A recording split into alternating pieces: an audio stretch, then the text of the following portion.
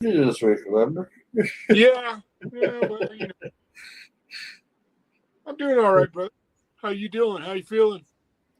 Uh, I don't know. I mean, it's a little crazy, I'm not gonna lie. It was a weird weekend, that's for sure. I'll You know, bet. uh, I think my family is really taking it a lot more harder than I am, just because of the fact that they had to deal with all this stuff. My sister, especially, she's the one that had to deal with it the most because she was Right. with my dad pretty much since the beginning of this whole ordeal. So Yeah, that's always hard, man. I wonder if I'm just gonna have to set it to record because for some reason it doesn't want to. So tell me about Virgil Hill. I didn't even have a chance to look him up. Well, he's a legendary boxer, like from North Dakota. Uh huh. Like he's an Olympic gold medalist, or Olympic medalist. I don't know if he won gold, but he probably did. 5-time former world champion. So I mean, there's a lot of easy information. I mean, he'll probably go into a lot of detail himself. I also am getting a TV coming my way during this interview.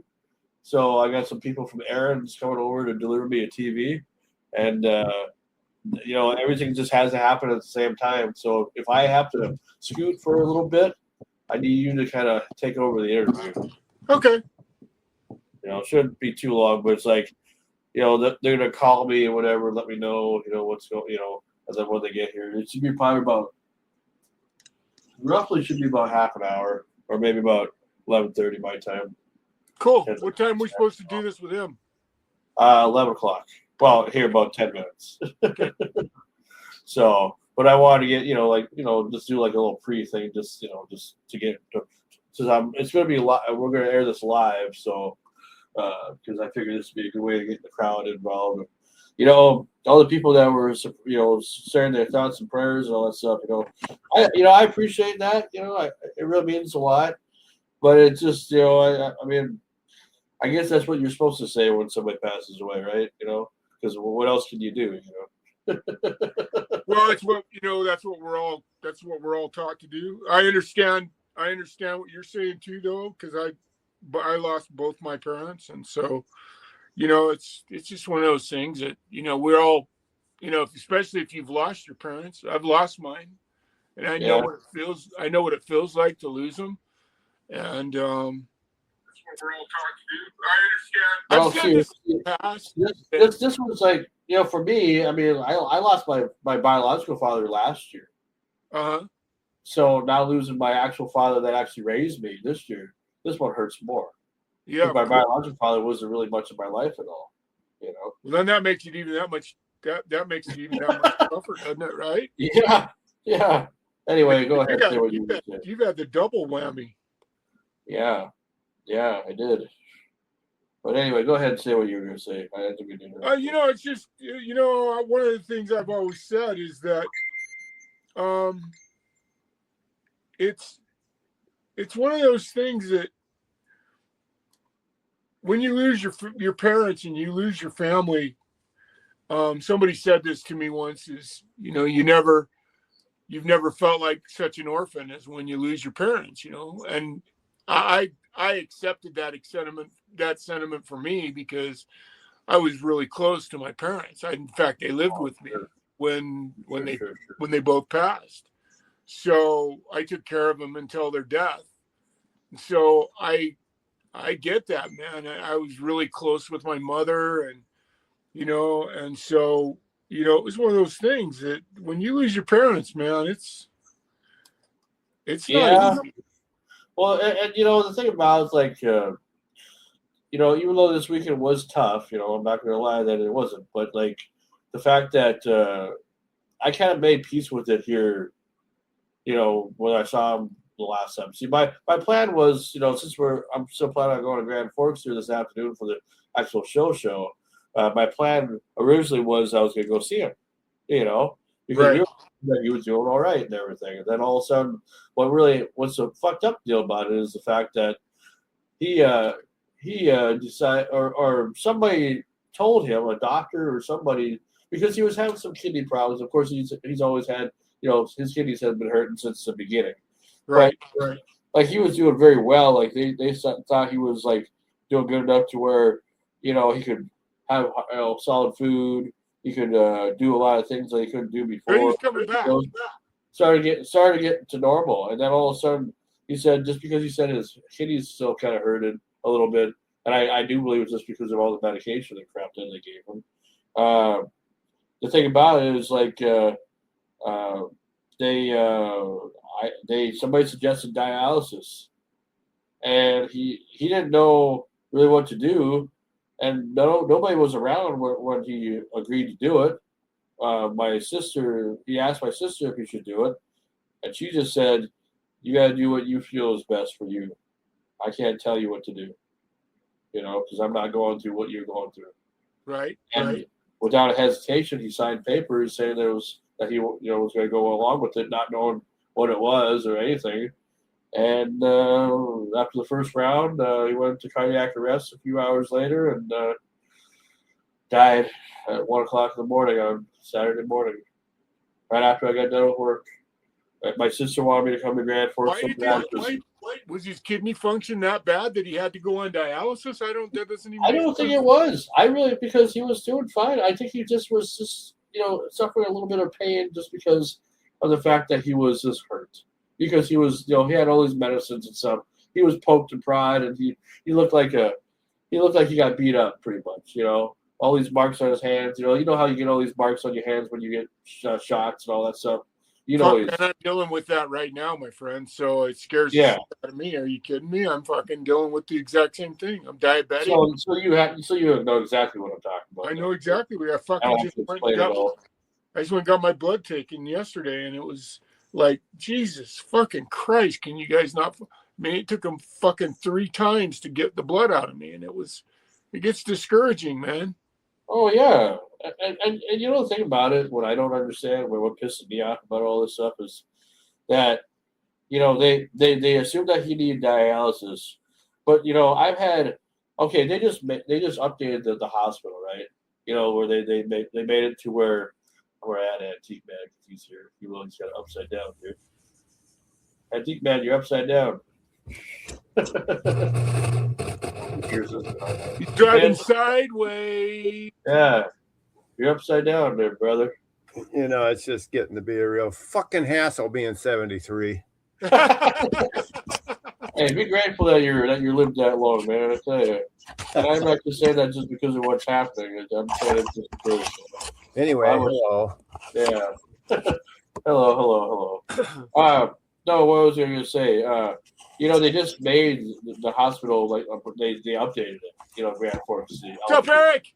And so the Altru hospital is kind of new and everything. This new one, but it's like, it doesn't matter to me if it's the old hospital or the new hospital. I had my grandmother die in that hospital. I had one of my other grandpas die in the hospital back in 2004. I had another grandpa die in 2010, and now my father. I want to find out who the hell told him to do that stuff, and beat the living shit out of that person.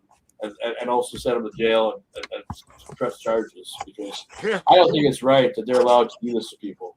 I don't blame you, brother. I don't blame you. That's what gets me mad the most. If there's anything that bothers me the most, more than just his death, the fact that this is how he died.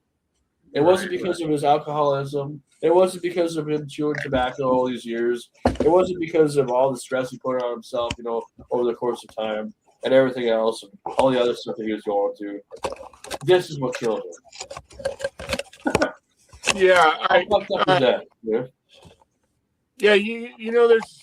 it's funny, the Hippocratic Oath, do no harm. Yeah, exactly. Exactly. So I don't know. I'm trying to be optimistic, and I'm trying to be in good spirits. That's why I want to continue doing the show. Because I know a lot of people would just give up and just, be lost for a while. Oh yeah, I'll be lost for a while, but I need this. I need to keep doing what I'm doing to keep to not go insane. I need my family here, and I need my real other family, and I need all the normalcy that I can get, you know, and then I'll be fine. You know, I always talk good about you guys and how much I appreciate, you know, just the fact that you guys have stuck with me for through the thick and thin, even if it's a short time or a long time or whatever. You know, everybody's important to me. You know, and that's going forward. That's going to be more said now than it ever was before. You know, just because of what I'm going through and all that. I think losing somebody really makes you appreciate the things that you still have, you know. So That's right. And I've lost more than just him. Like I was telling you before, there's been other people too. That's why it's like, what the fuck, you know? what in the fuck, you know? Am I getting punished for something? Am I cursed? You know? Oh man, you know? There's a. Could I just have small winter disease or something like everybody else?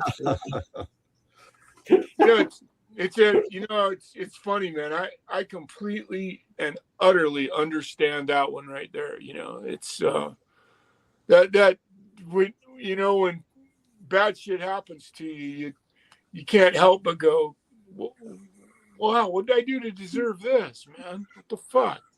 Yeah, that's exactly how I've been feeling, even when this stuff started, because it started with the sepsis, and then you had somebody that didn't really. I should have said no. We're not going to wrap your leg because that'll make the infection worse. I think had he not have done that, he probably would have been okay. I think he would have been okay. I really, really believe so. And they wrapped his leg, you said? Yeah. Well, we'll talk about it later on. Our guest has arrived. Cool. All right. Bro. I'm with you. Hey, what's going on, Virgil? How you doing, my friend? Good. How are you? Good. I have a couple of members of my crew with me that wanted to participate as well, so hopefully that's okay with you. Sure. Because I got a TV that's coming here from Aaron's here about a half an hour. So if it comes while the interview is going on, they're going to help keep the interview going for me, so I can get that accomplished while they're talking to you. So as long as you don't, I have my teammate with me, my wife. Yeah. That's the right teammate to have with you, brother. Absolutely. I know that feeling. Good morning. How you doing there? Hello there. Good to finally meet you, because I remember talking to you on the phone when you guys were talking about the Golden Glove thing that you were doing here last week. Yeah, we just finished that yesterday. Okay. Yeah. Wow. So it was a long event. Okay. Oh yeah, 4 days. Holy crap. Were you just like a judge or something, or moderating it, or just watching? Yeah, I'm a judge and a referee. Okay. Wow. Yeah, I wouldn't want to mess with you if you were, my referee and everything. No. I just referee the little ones. Oh. Because I'm gonna show you what I made as a promotional poster, and don't get offended at all by it. I thought it was kind of funny because I'm using AI a lot now when I do promotional things or whatever. So I kind of just had an idea and I was gonna run with it. So I'm gonna take you guys off screen real quick and I'll show you. Let's see.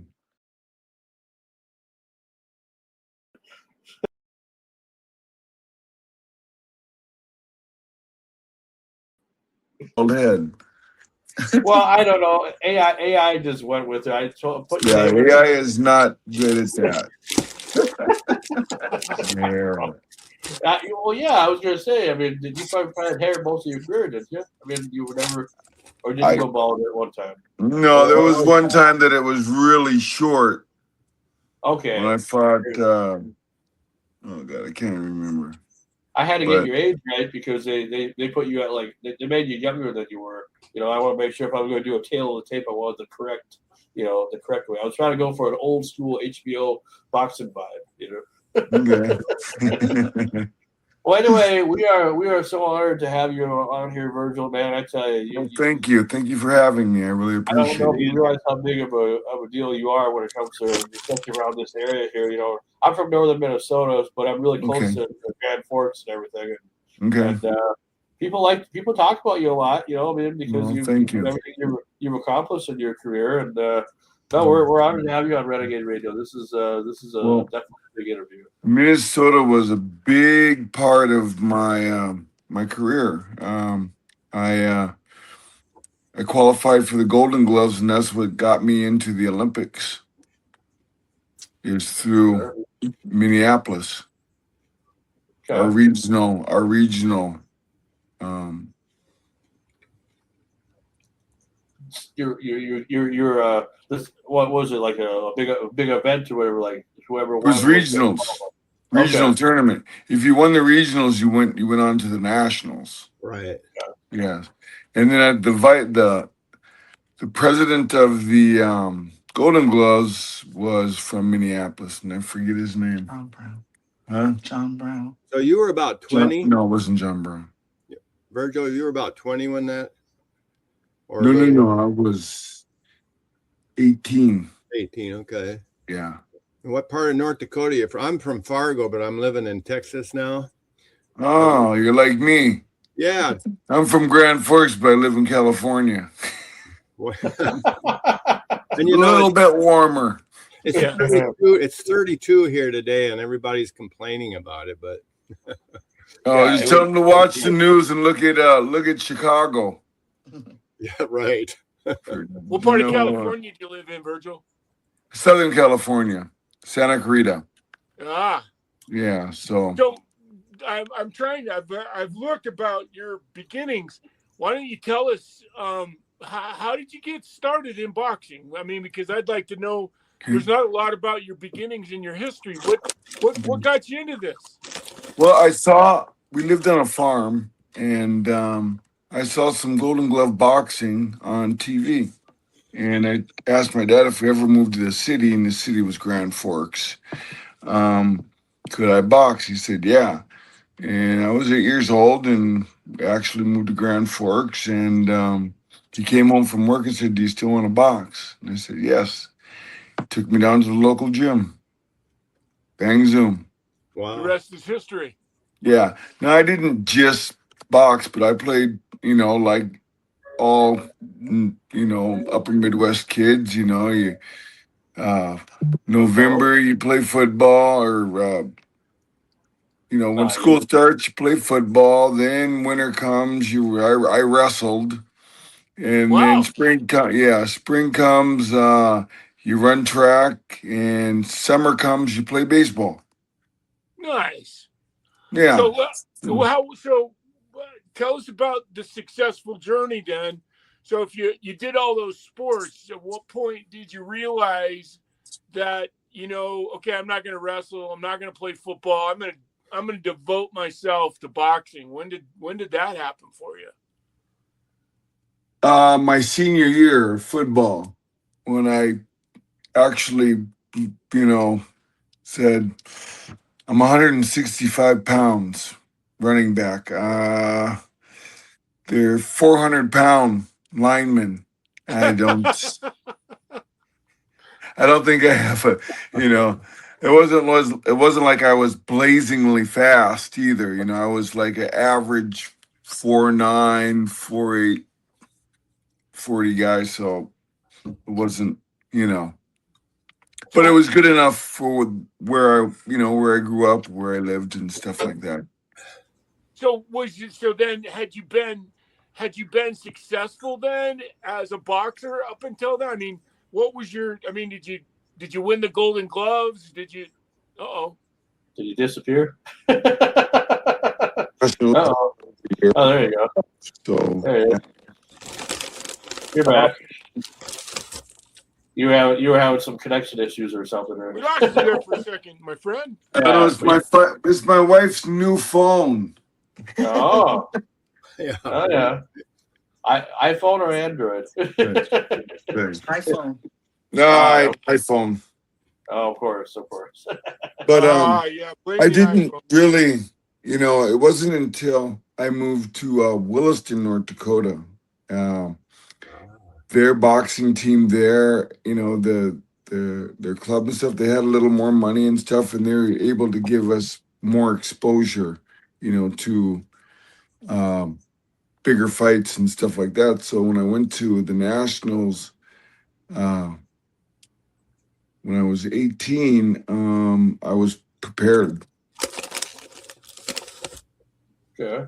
So I ended up getting runner-up in the ABF back in then. That's what it was called, and then I got on the Olympic boxing team, and the guy that beat me was a guy named Michael Grogan, and he was an older guy, so he didn't want to fight the fights. So I fought just about every country there that we fought in 1 year. So I was fight ready when it came to the Olympic trials and stuff like that.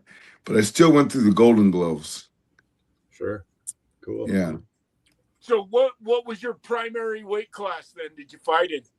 165 middleweight. Okay. Yeah. Yeah. And Yeah, so, did you? What was your first? What was the tournament that got you to the Olympics? What was the first big honor or the big fight you would say for you that you remember that really sort of set you apart and you said, okay, I'm going all the way with this? Well, I mean, coming from where I was from and stuff, I didn't really have, nobody ever went that far. So there was no, there Nobody was stopped no, you.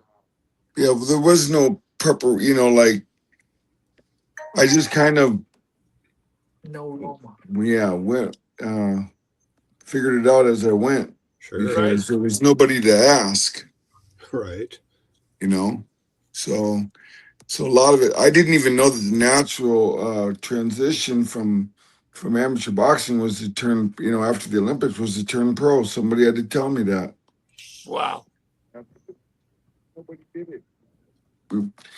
We're all country boys, except for Minneapolis. Right. You going out there bucking hay bales and stuff. Right. Yeah, that's what you're used to in the country, your life. I want to introduce you to my panel since we haven't had a chance to do that yet because I have a bigger panel. If we would have did this for the normal show that we do Monday nights or like we'll do tonight, I have two of my panel or crew members with me. One is his name is Antique Man. He's from Texas or from Fargo originally, but lives in Texas.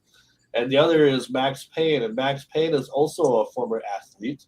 Max, why don't you tell Mr. Hill a little bit about yourself?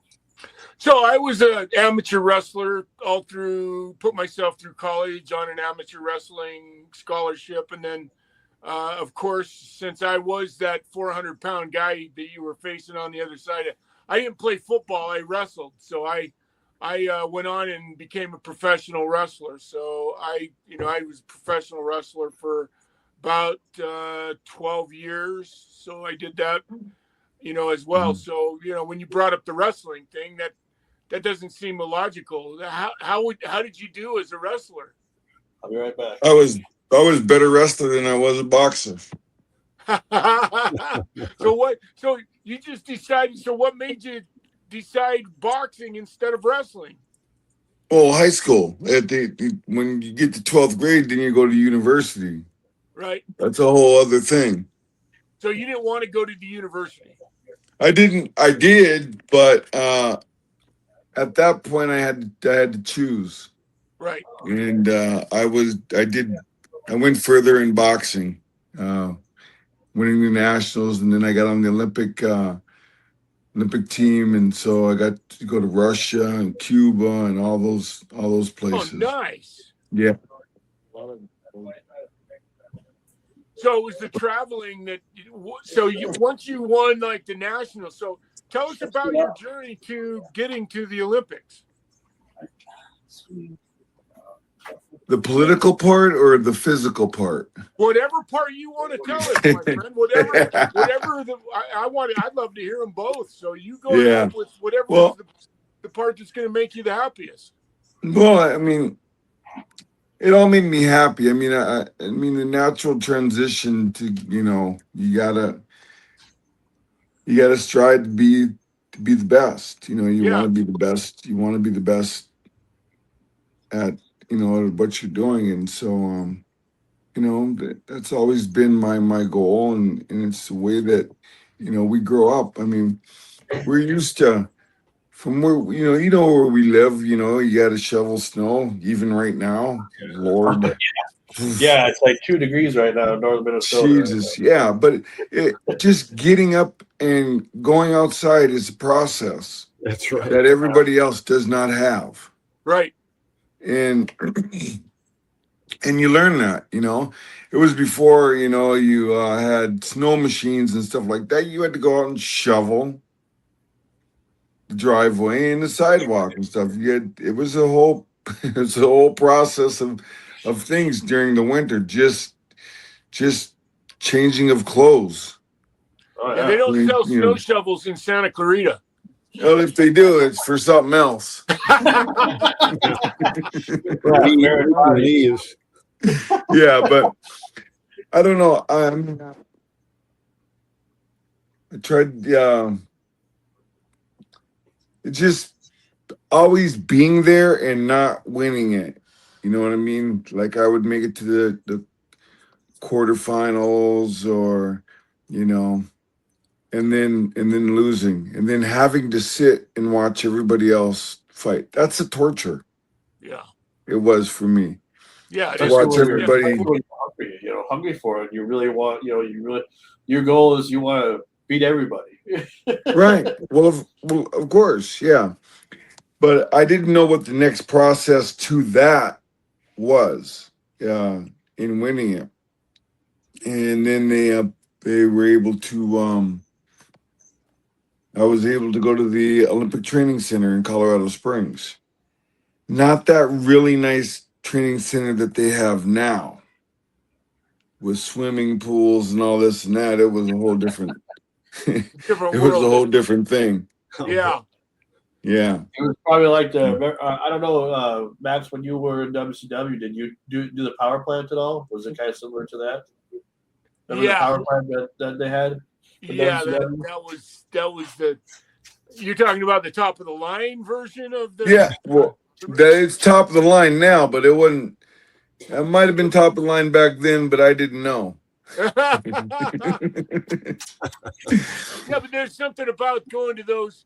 You look back at those, like when I broke in the wrestling business, the Olympic Auditorium was still open in downtown LA, and they were still having boxing matches or they were still having boxing events and wrestling matches at the Olympic Auditorium.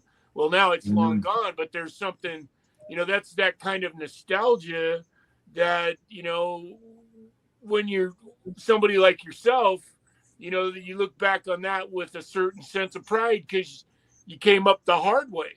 You did it. It wasn't easy. There wasn't, and not that boxing's ever easy, but you didn't have that spectacular training center in Colorado. You had the Blood and Guts Training Center that it sounds like is what you're talking about.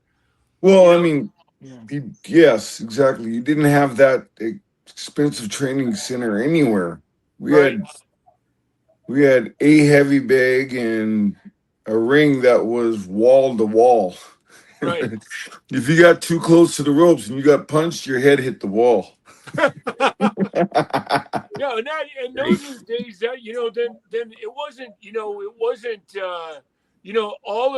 all of what made you and what made you successful, is that's one thing about the movie Rocky I think that we all loved. Is that it was his devotion to doing no matter what it took to be the best in his sport. So who was the first trainer that you felt like you really connected with that helped you drive your career forward in a way that you felt like was best for you? Well, quite honestly, the trainers that I had, Henry Jutman, he was only like 5 years older than me at the time, and this is later. And I learned the basic fundamentals. There was nobody to teach me, slick stuff and stuff like that. That's all I had was the basic fundamentals. Right. Jab, right hand, and left hook. Back in my day, nobody threw right hooks and stuff like that. Yeah, so we didn't, it was just basic fundamentals. That's what I try to teach my kids now.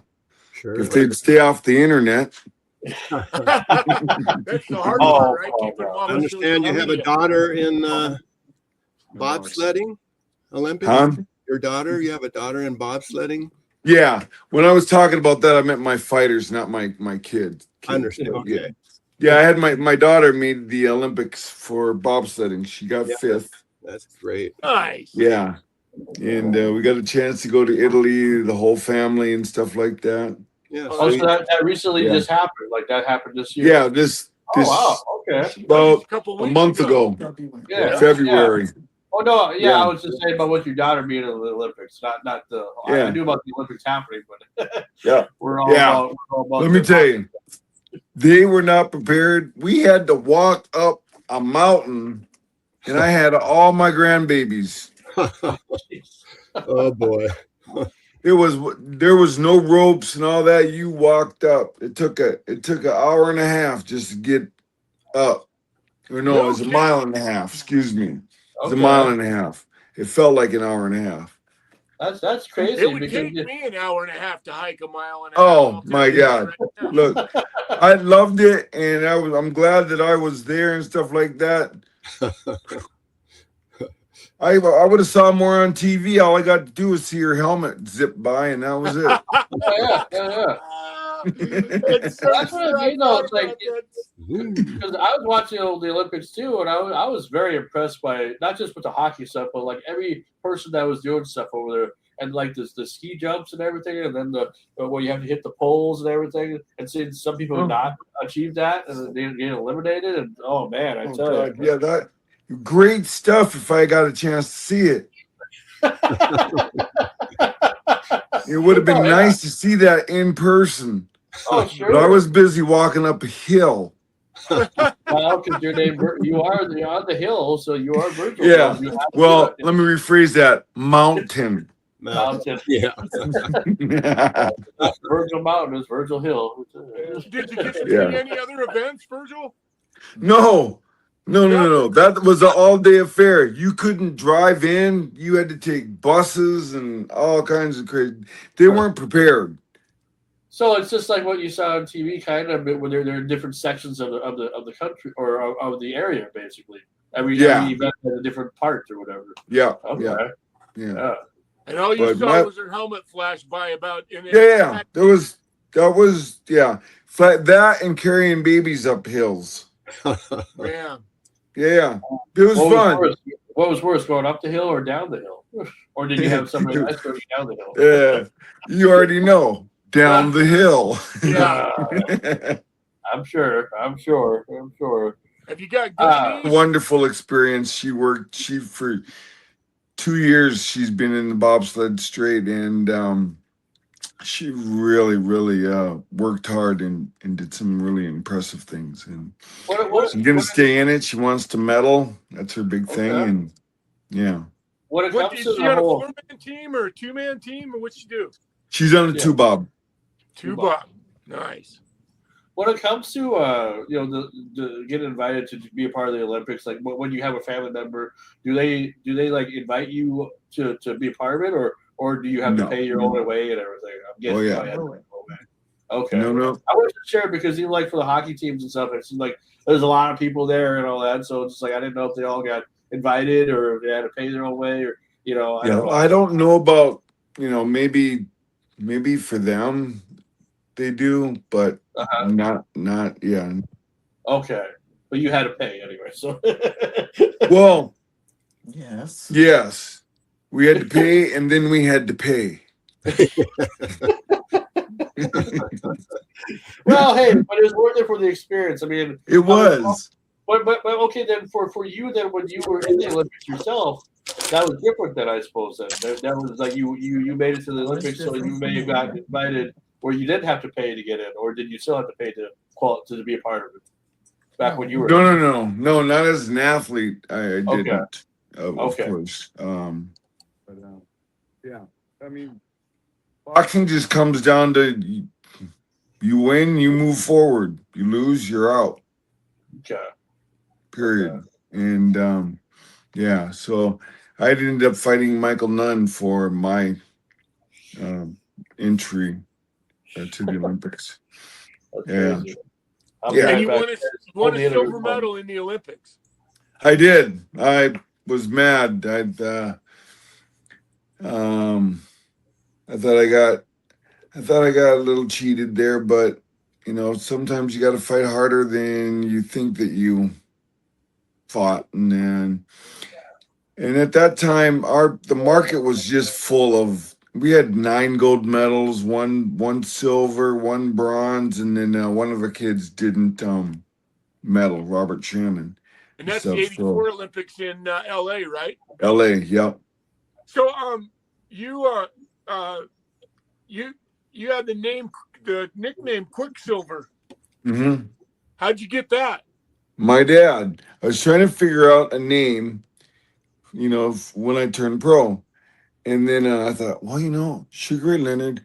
I'm gonna call myself Sugar Hill. So my first fight, then they announced me go in the red corner, Virgil Sugar Hill.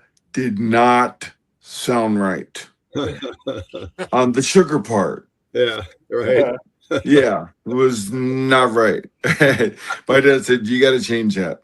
How about Quicksilver Hill? You got quick hands, you got a silver medal, Quicksilver.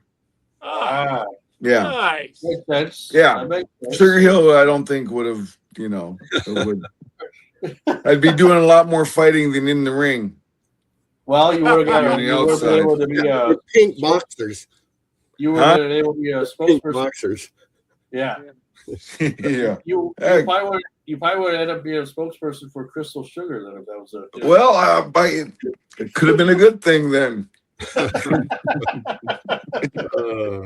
can imagine that, you know. Yeah. And boxing, I beat people, you know, to win, but here we have beats here at the Crystal Sugar and everything, you know. Yeah. That's right.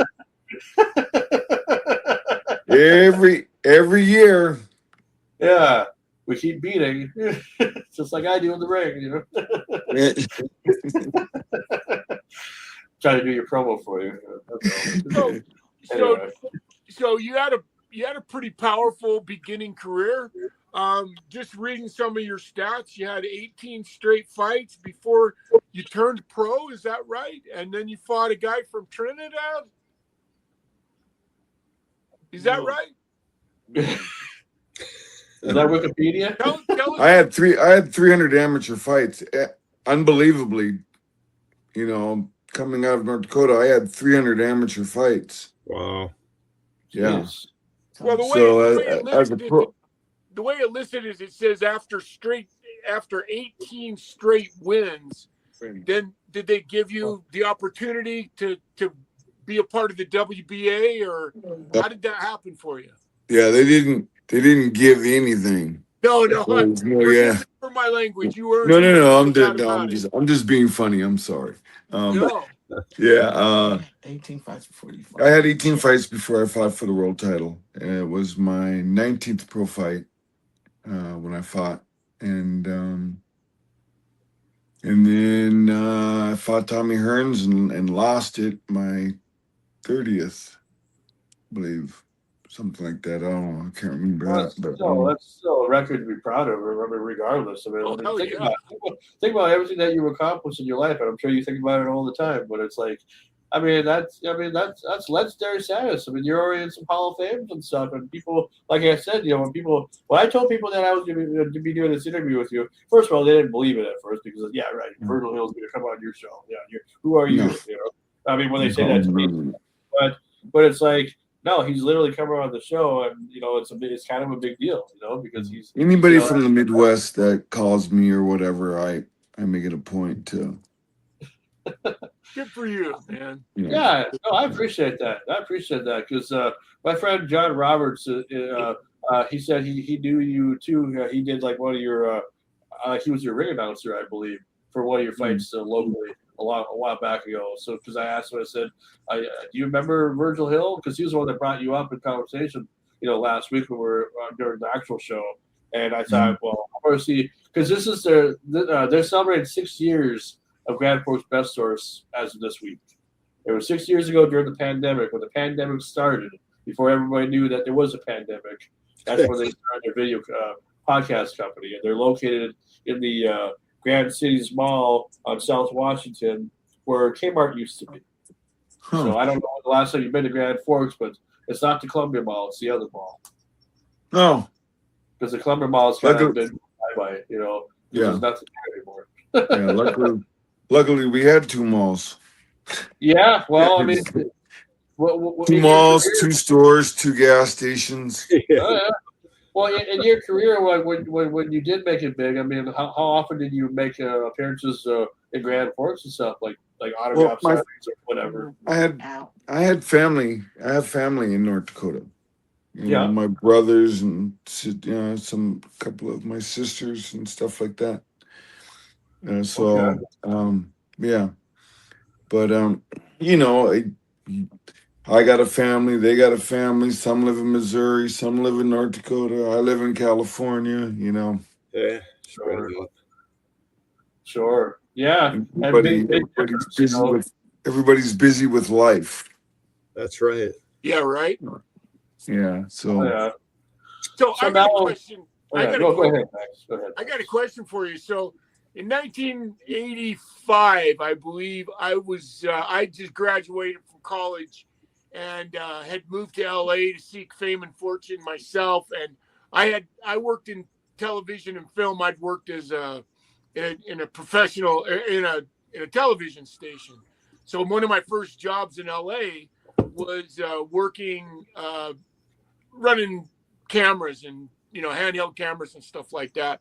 And I was also a security guard. And so I was lucky enough to have this great opportunity one day. It's a day that changed my life. There was a boxing match on Sunset Boulevard, Tate, Tillman, and Gonzalez. And it was Tate's coming out party. It was his Frank first fight as a professional. Frank Tate. So I was reading that you fought Tate in a grudge match sometime in your life. You want to tell us about that? What? No grudge. He was below me. He was the 156 pounder. So as an Olympian and stuff like that, and then he won a world title. I think he won like 2 world titles or something like that. And then he moves up to my weight class. 92. Mistake. 92. Yeah, and I kicked his ass because I didn't like him. We fought back to back twice. How do you fight for the world title and then fight for the world title again back to back? Yeah, So he had politics. So I couldn't stand him. I didn't like him when we were amateurs and stuff because he was a weight below me. So Right. we had a sparring match, and I was in there moving around, and he just took it to me. He was from Kronk, Michigan, fighter, Kronk boxing, with Emmanuel Stewart and stuff. So he took it to me, and I never forgot that. So you were waiting for. So it was a revenge match, not a grudge match. Oh yeah. Grudge match, revenge, however you want to dress it up. Yeah. I don't like him, and I still don't like him to this day. When we meet stuff, I'm like, yeah, hey Frank, yeah. Just remember, I beat you up twice. So Good for you, man. and I'm generally not that type of guy. I'm a quiet guy. I don't. That says a lot about him, doesn't it? Yeah. 'Cause Well, I can tell you're not he that come kind from of guy. Kronk boxing with Tommy Hearns and all those guys, and so he probably had it a little better than I did and stuff like that. And we were sparring, so he took it to me, and I never forgot it. So I was fired up both times. I kind of fought out of the style that I generally fight, and took it to him. Yeah, but he almost knocked me out in the 11th round. He threw an uppercut that I didn't see. Ooh.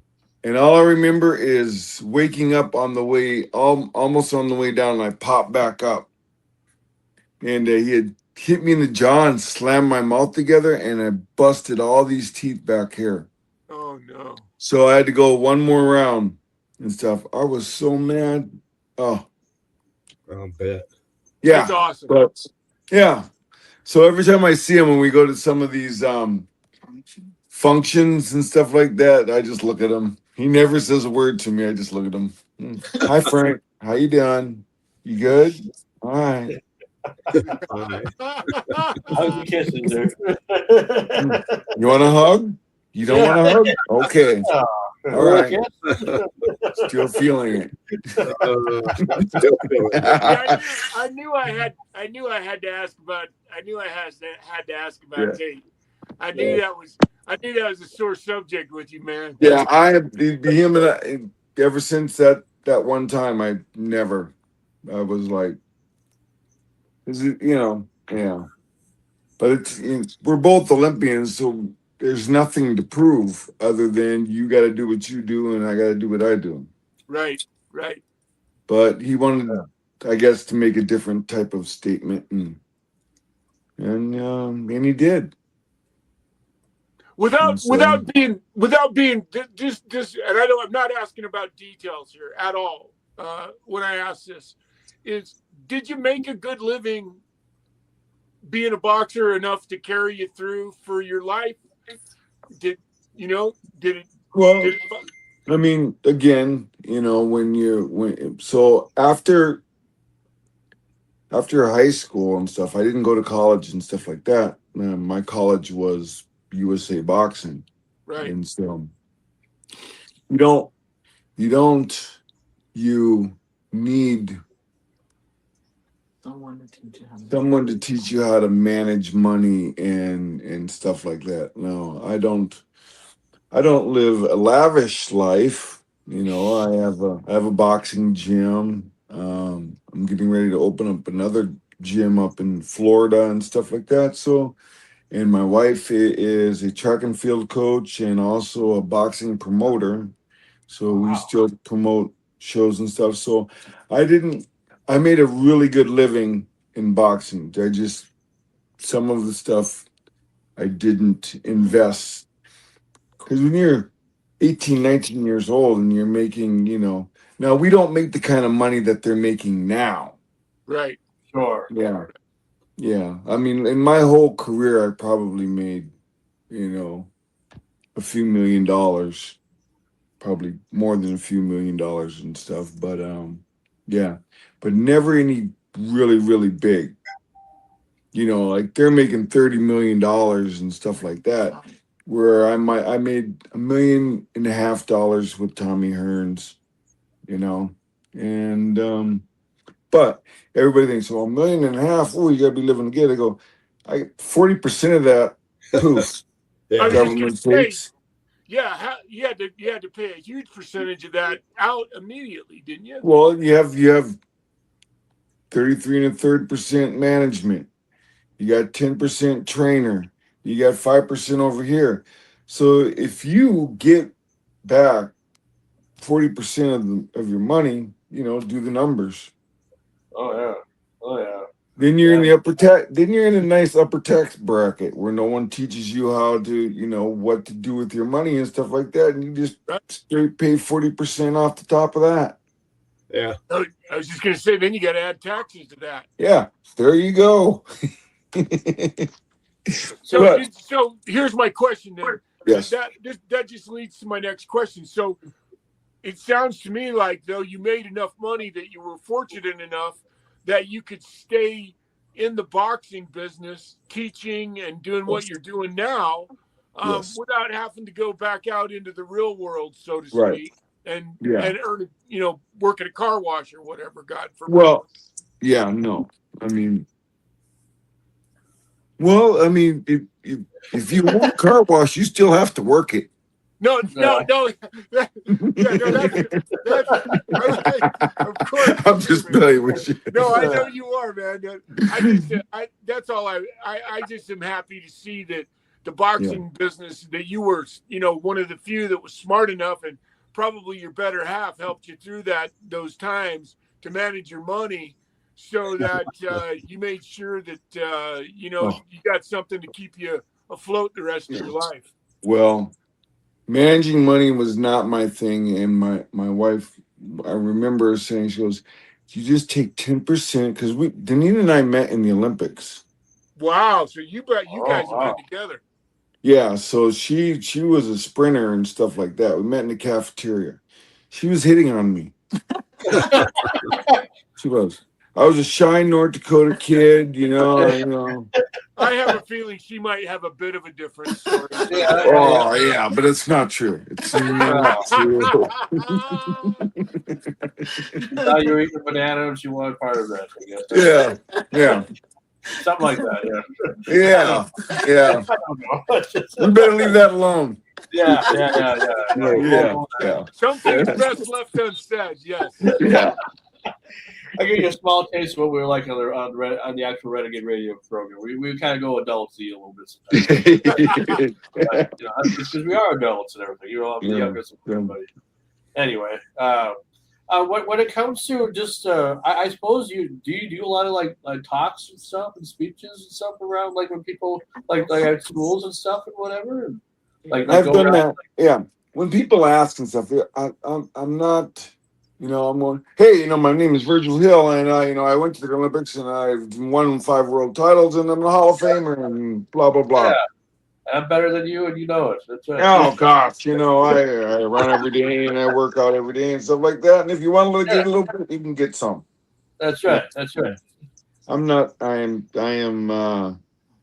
guy. I'm from the upper Midwest area, and generally most of us are humble and stuff, and if you don't pick up the conversation or start the conversation, then that conversation doesn't happen. When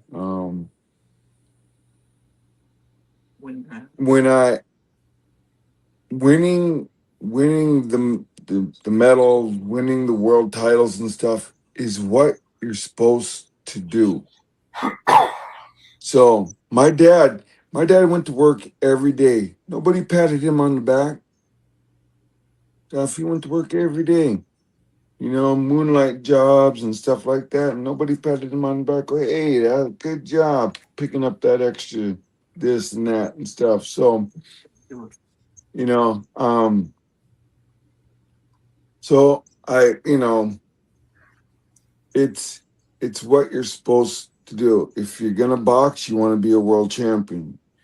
You become a world champion, you want to become that the upper level and stuff. And so you're always striving to get to that.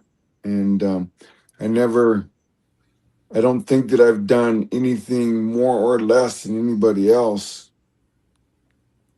with the same opportunity and abilities and stuff that I had.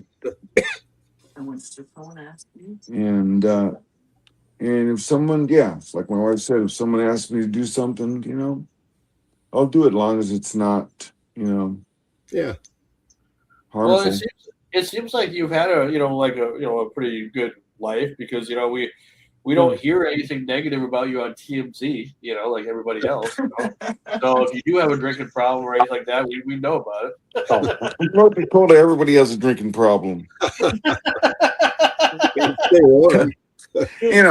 When you start drinking beer at 13, you could do things. Yeah, I don't have a drinking problem because I'm allergic to alcohol. Every time I drink, I break out in handcuffs, so I get away from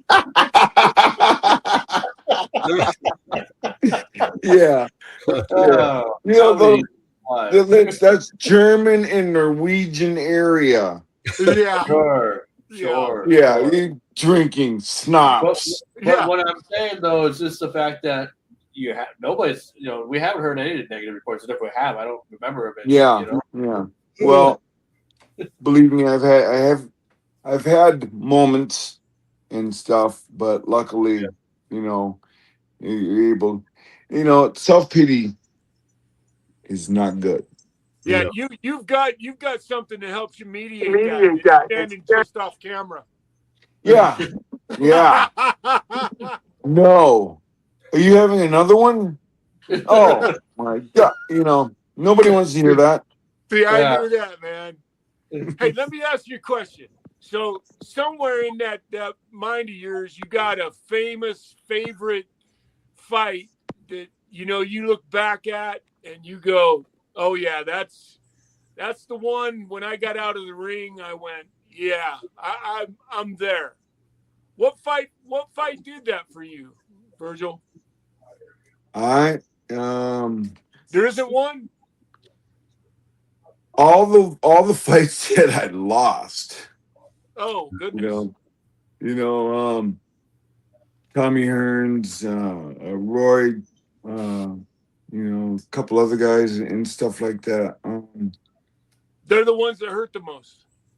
Well, I mean, there are other guys that have punched me harder in the gym sparring. Sparring is brutal. I mean, it is preparation for a world title is you don't get injured in the fight, you get injured in the training. I believe that. Because you got 5 different guys that you're sparring that are top level guys. Right. And so I never got hurt, in the boxing ring. It was more outside the ring. And then fighting hurt.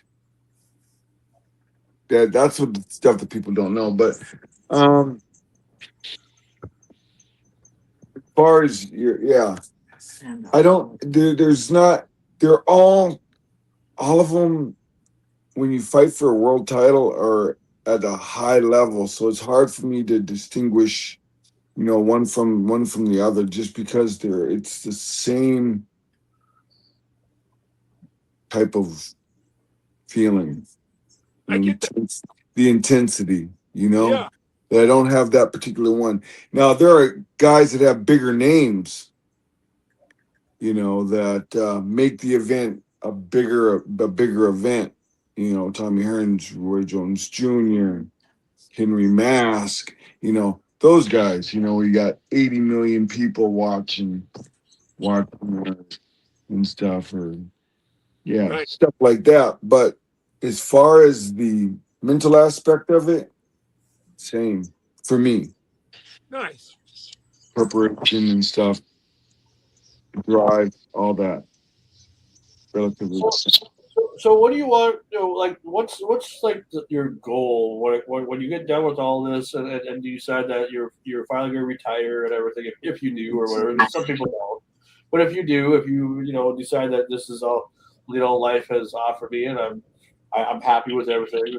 What's your ultimate goal that you want people to know about you, like the legacy of Virgil Hill? I want kids to know that if you believe, you can achieve. You got to believe in yourself first. If you can believe it, and you can put the work in, you can achieve it. You can get it done. Nice. I'm proof of that. Oh, absolutely. Well, we appreciate your time, brother. I mean, really, this has been an honor to have you on, and just to know that you're one of us. I mean, really, I learned more about you than I knew before. And I'm just so happy Well, thank you. Yeah. Yeah, I'm a upper Midwest boy. So that's what we do. You got to keep bringing them up.